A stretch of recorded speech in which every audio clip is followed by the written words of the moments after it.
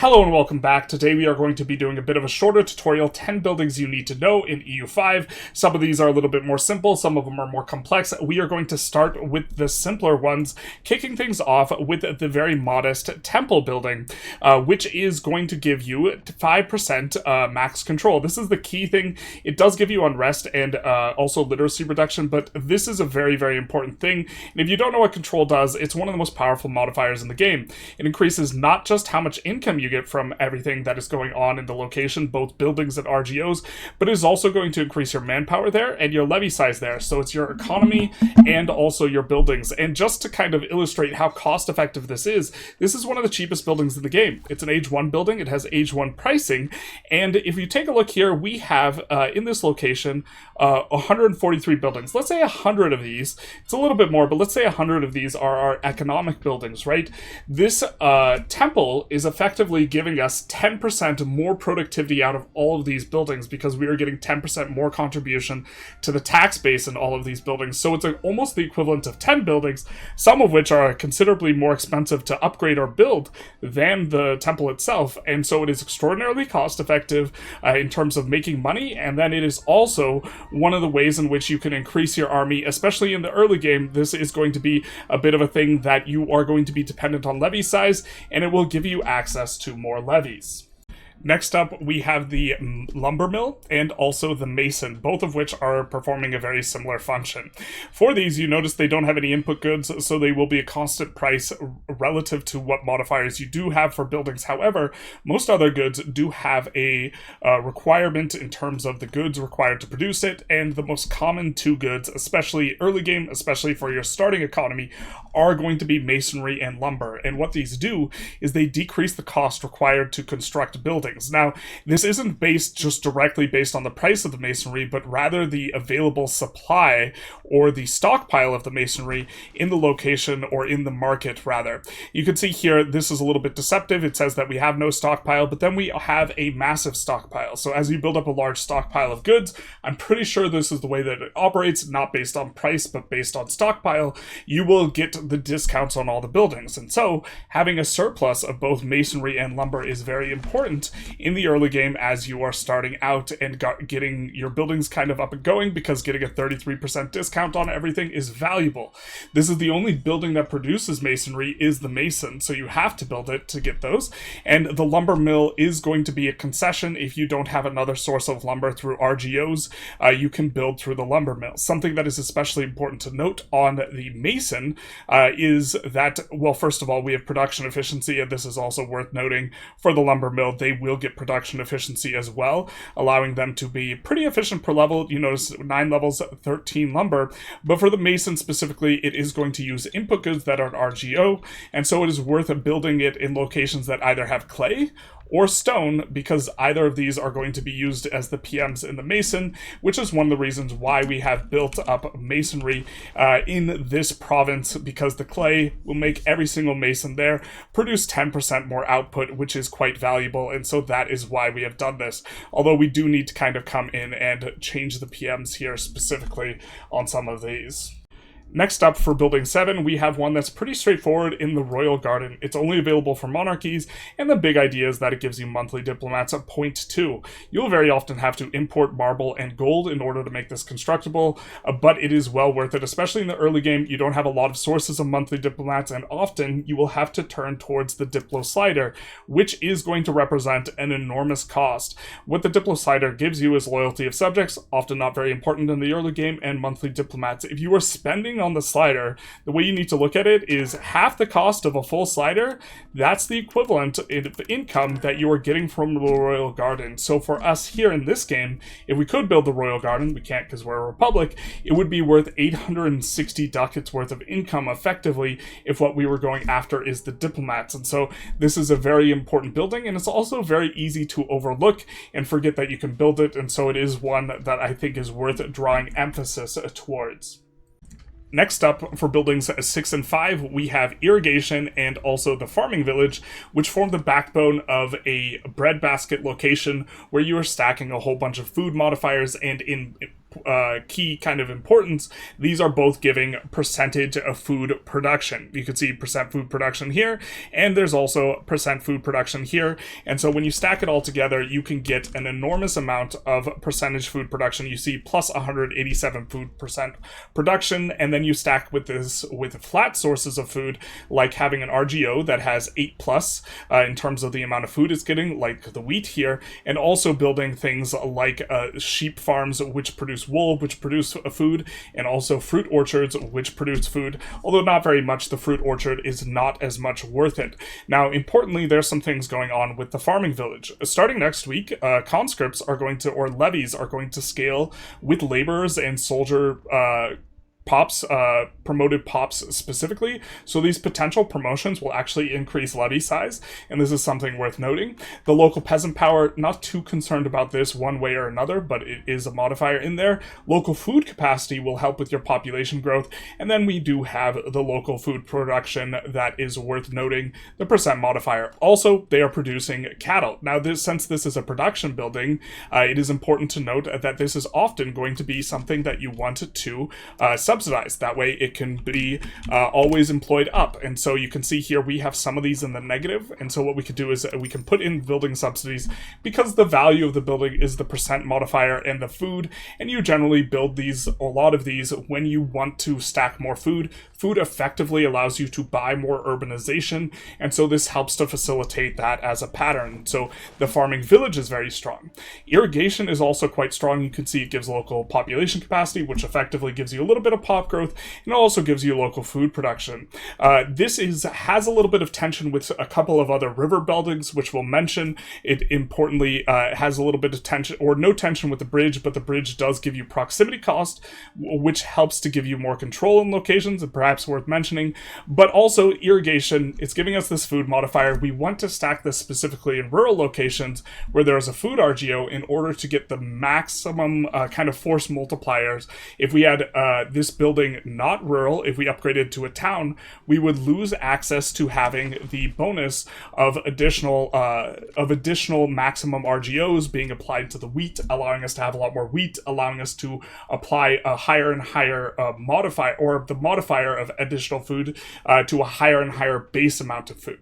And so in theory, to maximize food, we do want things to be rural. However, there's a very powerful building that you can build also on rivers. Here's the river map mode in cities on rivers, and that is the Pound Lock Canal, which will also give you local proximity cost. So there is a little bit of tension there, one way or the other, in terms of how you want to treat your rivers, but it is worth noting that irrigation can only be built on rivers, and so if you want to get the full kind of breadbasket experience, you do want a location that has a food RGO with 8+, food, a river, and you want to have it rural. That way you can build the farming villages, because again, just a point of emphasis, the farming villages can only be built in rural locations. Here we could hover it, and you can see here the requirement, it can only be built in a rural settlement. It also has a couple other requirements. You do need to have a food source there, but you were already looking for that to begin with, and so this is not too strict a requirement. If it has a food source, it's going to be acting as a force multiplier, and other than that, you could build market villages or a different type of village. Next up, we have the Slave Center, which is a critical piece of infrastructure for developing a colonial empire. Importantly, this is a foreign building. It has to be built overseas in foreign locations, and you need to have more power projection to do that. It has a couple other requirements, like it must be in West Africa and Central Africa, but the key thing here is it produces slaves for you to ship out. I'm not 100% sure, because it is giving monthly enslavement to the owner. If it overrides the requirement where you cannot enslave people of your faith or your primary/accepted culture, I do believe it overrides this, not 100% sure, but the key part of why it is important here is that very often the people who you build slave centers in will just say, nah dog, I'm not about that, and they will close the slave center. And you have a couple of options here, but they're closing it because they're not profitable. You can subsidize it and force it open, but they will just close it again eventually.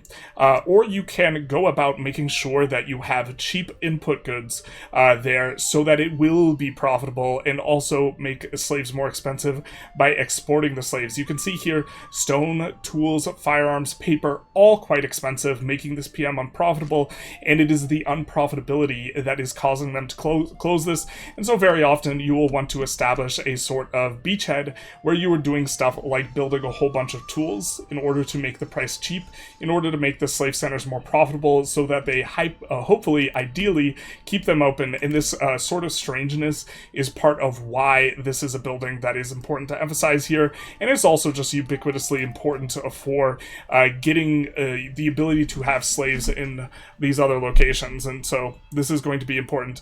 Yeah, even with this 42% production efficiency, it's still not profitable because the input goods are too expensive. Next up, we have the bailiff, which I think is a commonly misunderstood building. It gives local proximity source, and I think that this modifier is misunderstood in a couple of ways. And so, generally speaking, your best source of proximity is going to be the capital. The capital is a proximity source that gives you 100% proximity.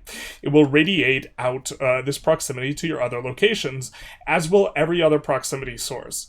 What a lot of people think the bailiff does is it gives you plus 20 proximity. This is not the case. It becomes a source of proximity itself, and so if it has less than 20% proximity, this will effectively raise its proximity to 20, but also it can radiate proximity out to adjacent locations.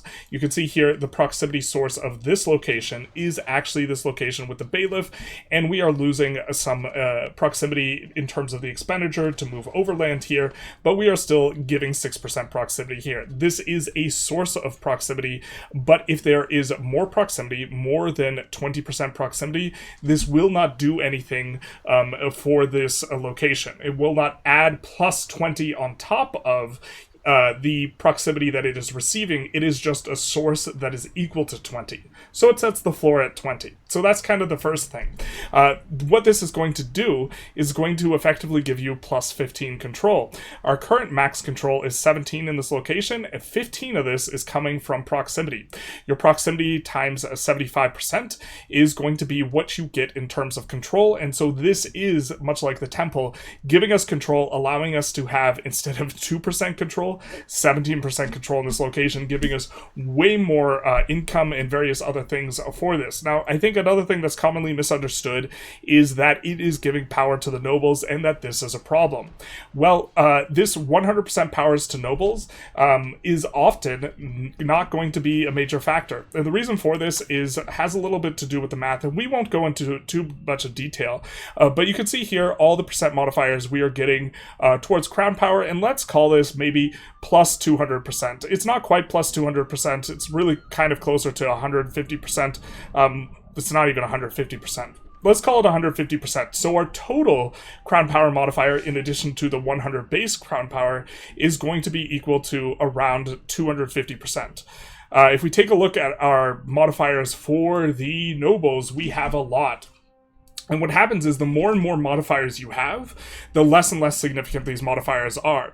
And so if we take a look, we have 75%, let's call this 100%, let's call this 150%, let's call this 200%, 300%, 400%, 450, 550, we'll call this 560, we'll call this 550 in terms of modifiers. So our total amount of power we are getting on the nobles, let's call it 650%. And what crown power is about the ratio between your crown power and the estates, because everything is about a balance in terms of the pie. And so we are getting 2.5 to 6.5 balance. And what this means is that if we increase crown power by 0.5 and up to 3, this 3 ratio, and we increase nobles by 0.5 up from 6.5 to 7, right?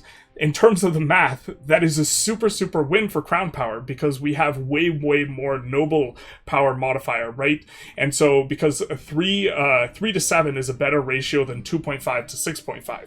So, because of this, it's going to be way more valuable to have crown power modifiers. So when we have a bailiff, and it's giving us local proximity, and this is giving us more control, this control is giving us a local crown power modifier. So it's giving us effectively 15% control here.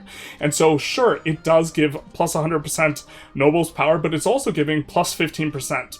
And you know, we have almost 3 times as much noble power already, and so anything that is giving us at least a third of that is going to be net positive in terms of only considering the nobles' power. But often, locations will not be only powered by the nobles. You can take a look at the power in a location, right? The estate distribution power, and usually nobles will be like 20 to 40% in a lot of rural locations, which bailiffs can only be built in rural locations, but sometimes they're not, and in our case they're worth 0, and so that plus 100% is applying to 0 pops, so it is literally doing nothing for us because of the dimmy here, the plus 100% nobles power. But when you are only having a third of the location in terms of the math being affected by this plus 100% modifier, it's effectively a third the size, right?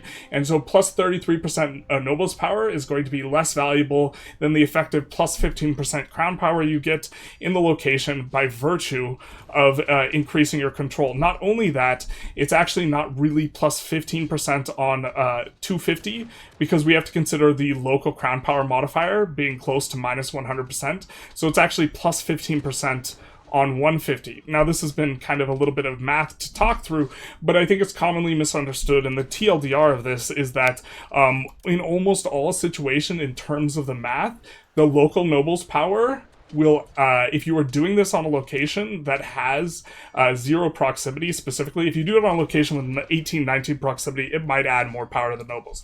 But generally speaking, broad strokes, this plus 100% nobles power will not decrease your ground power because the local proximity source is going to be more than enough to offset the noble power that you are getting in here. Next up, we have the dock, which I think there are 2 things that are commonly misunderstood, especially for beginners. And the first is that this is a source of sailors plus 16 sailors. You do have 2 other sources of sailors at the start of the game: the wharf, which gives 1 sailor, and the fishing village, which gives 1 sailor, but is often unprofitable and requires you to subsidize it to get that sailor.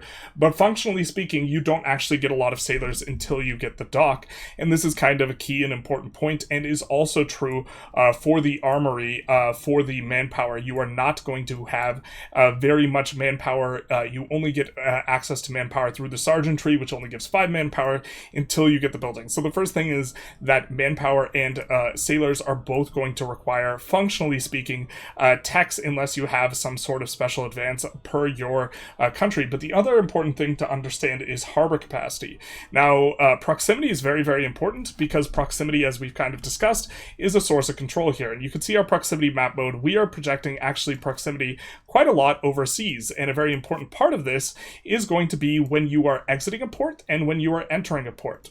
And harbor capacity is going to affect both of these. You can see we are exiting this port, and because we have stacked enough percentage modifiers, the base cost, which is at game start 40, but for us, because we have some discounts, it's 33, is being reduced to effectively 0.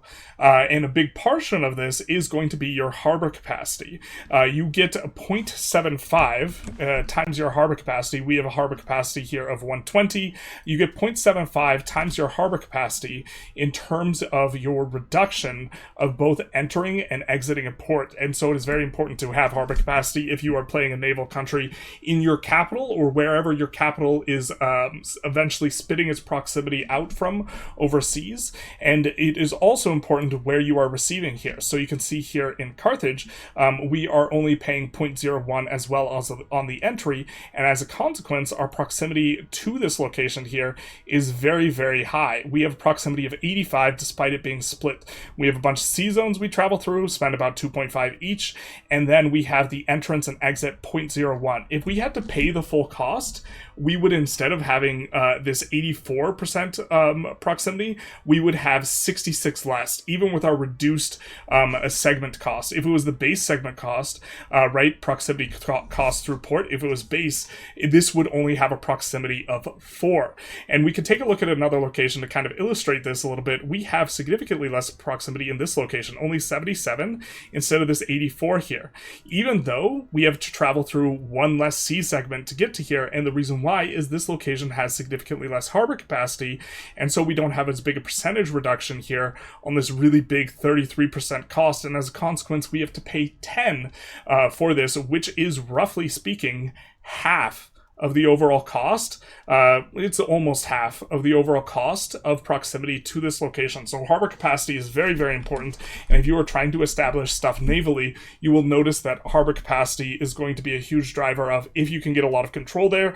And very often you will have sort of hubs that are created on the basis of harbor capacity. Like if you are playing in Great Britain, you will have a harbor capacity in London, you'll exit for free, or 0.01. And then you will be able to establish 100 control in Antwerp because it has so much harbor capacity, and also adjacent locations, because very often you will have a location that you travel to, and then from that location, rather than going through the port, you will actually be better off going from that location. So this location here for us has turned into a hub for locations like Tabura, because Tabura gets proximity easier by having a road through here than it would off the back of its own harbor capacity, which is not very high. And so this means that this will kind of become a hub, and very often you will want markets or market capitals in locations like this, and you will want to kind of urbanize out from locations like this, and it can make a lot of sense to build up from here. And this is all off the back of this harbor capacity, which is an important concept to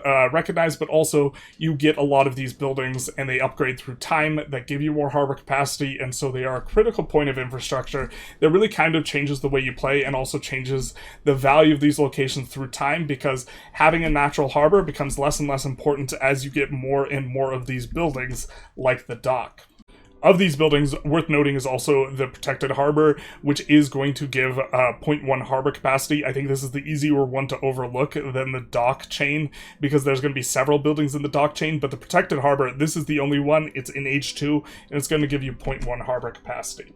Next up, we have the counting house, which is, I think, consistently the most misunderstood building that I've seen in terms of people talking about it, but most of the analysis as to why this is important kind of got covered under the bailiff, but what it gives is local crown power percentage. And the way that crown power is an overall calculation works is it's not an average of all your locations, it's taken by adding all your locations together in terms of the amount of crown power they have in a giant kind of pie, as well as for all your estates, and once all those are added together, it is going to be the outcome that you get, as it proportionally checks the power of all of these things relative to one another. With that said, it is important to emphasize again, it is not an average of all your locations.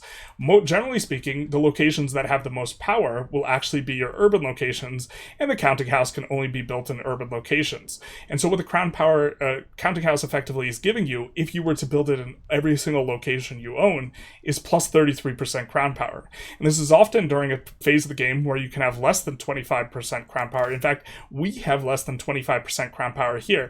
And when you have less than 25% crown power, this is real bad. It gives you negative tax efficiency. It is an incredibly negative modifier, and also crown power determines how much trade income you get. So it is very important to have a lot of crown power. And so when you add counting houses in all of your locations, often you will get 25 plus effective in terms of, as a modifier here, crown power addition, which is really, really big. Also, it's not going to be the case that it's really costing you a lot, and this is kind of a little bit more of a nuanced thing. You do have these things that you need to pay for, but you only pay for 20%, and this stimulates all of these industries, and these are pretty good industries to stimulate. And so overall, the crown, this is an incredible tech to unlock the counting house, and it's a very, very strong building, especially if you're under 25% crown power. It gets a lot worse if you're not, but to get you over that hump, it is a really strong building, and I think that this building has just generally been misunderstood anytime I've seen anyone talking about it, and so this is the one that we want to emphasize. Also, just kind of in terms of the bailiffs, just want to emphasize that the bailiffs are effectively increasing crown power, right? Anytime they are increasing your proximity, allowing you to increase control because you decrease this crown power malice from lack of control. And this is also something that's worth understanding, is as you get a ton of low control locations, this will also dip your crown power. And this modifier, because the way modifiers stack, is particularly nasty if you do not have a lot of crown power modifiers already, right? Because of if you have 100% crown power, if you have 0 modifiers, minus 40% is crippling. If you have 300% crown power, minus 30% is not as crippling. So that has been 10 buildings you need to know in EU5. If you feel like I missed one that should be really discussed, feel free to put it down in the comments. If you guys put a bunch of down below that you think I really missed out on, we might do a second version of this or an addition to this. But other than that, if you enjoyed the video, feel free to do the YouTube algorithm things, like, comment, subscribe, hit the notification bell. And also, if you want to support the channel, a really good way of doing it is if you are purchasing Paradox products at full price, buying them off the website using code GENERALIST in all caps, we'll send 12% of the sale our way. If you're using USD, or if you're not using USD, make sure you check Steam as well, because the conversion rate can make one cost more than the other. And also other content creators are going to have codes as well, so you can check with them. But other than all that, y'all have a good one. Bye-bye.